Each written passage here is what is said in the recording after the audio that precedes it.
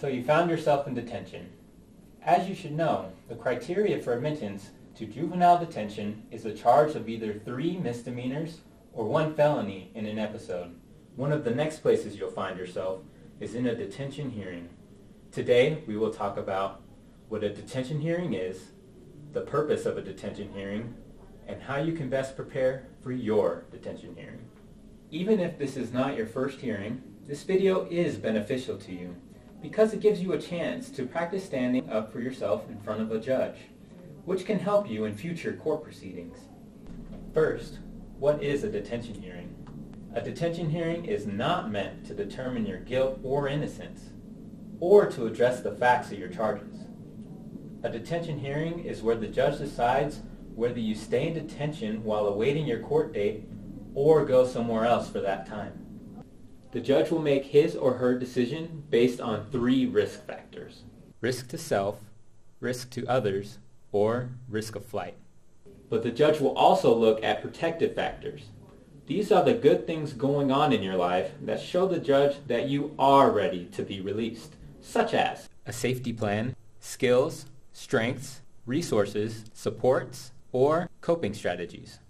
For example, a judge could look at a resident and see that he has a risk of flight because he ran away from his proctor home and previous placements.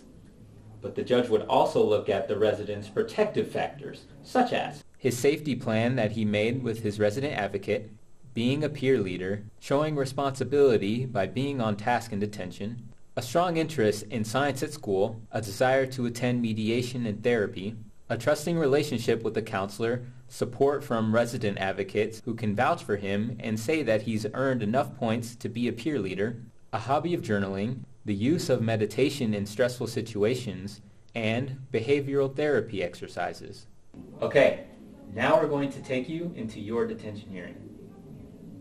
A Slate Canyon staff member will open the door for you to enter the detention hearing room, where you will see a lot of adults. So, who are they? This is another Slate Canyon staff member. A parent or parents might sit here. This is a probation officer. This is an intake staff member.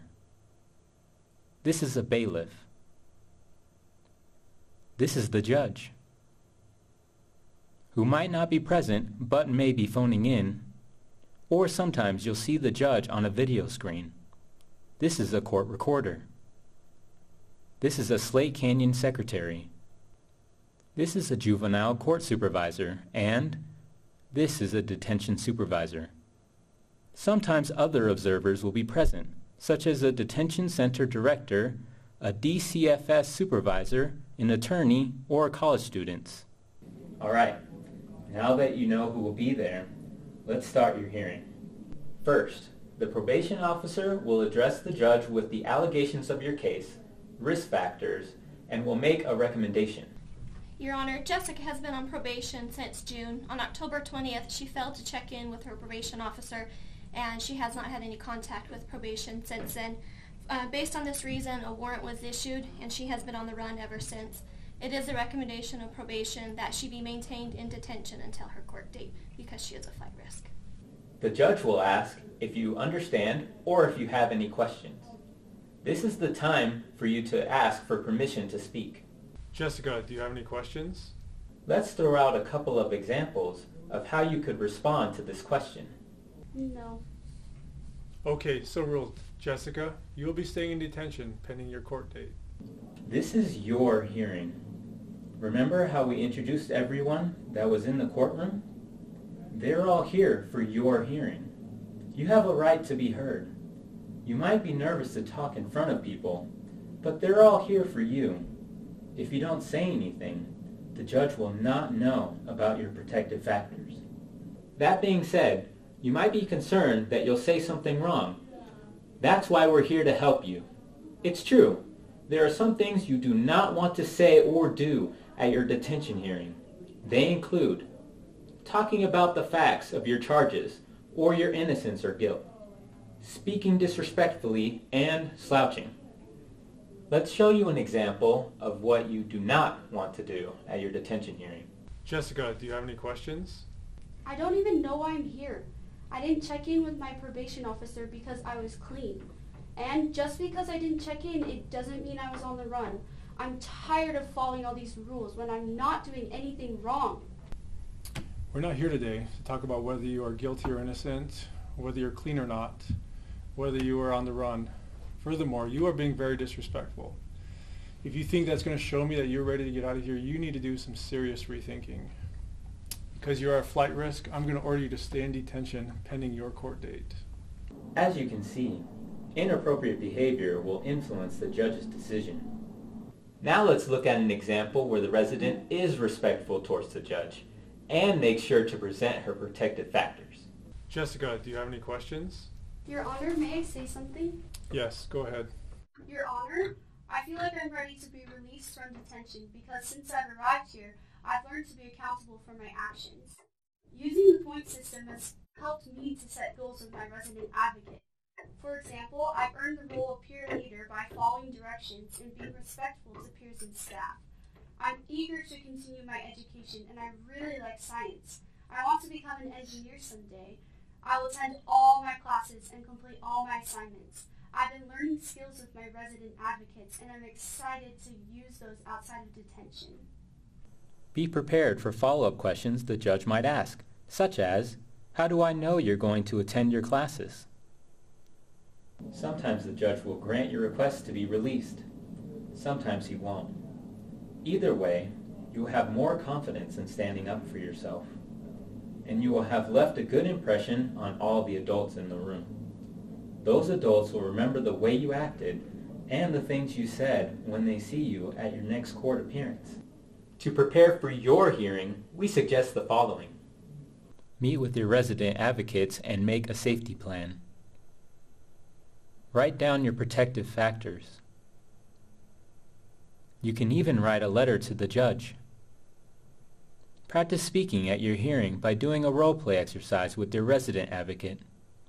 Ask your resident advocate how you can use your point sheet in your detention hearing. Some of the benefits to standing up for themselves. I actually seen one youth make a case for themselves about why they should go home. The judge actually sided with the kid and actually let the kid go home that day.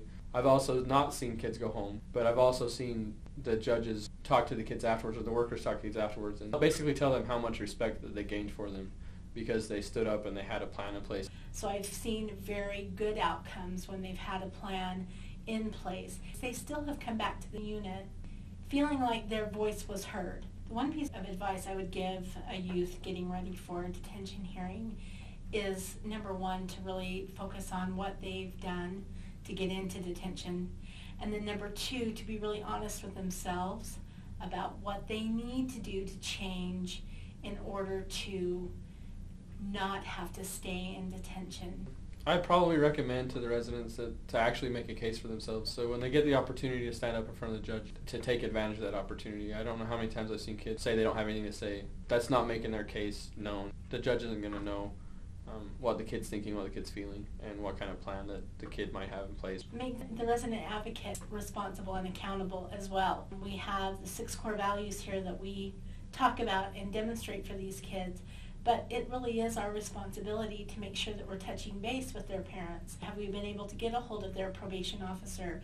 Do we know things? And if not, hey, can you call? The resident advocate is always calling in and updating parents and updating families so they know what's going on with their youth while they're in detention. That just makes more of a united front when we come together and we work with the kid. I don't ever want to see that kid in detention again.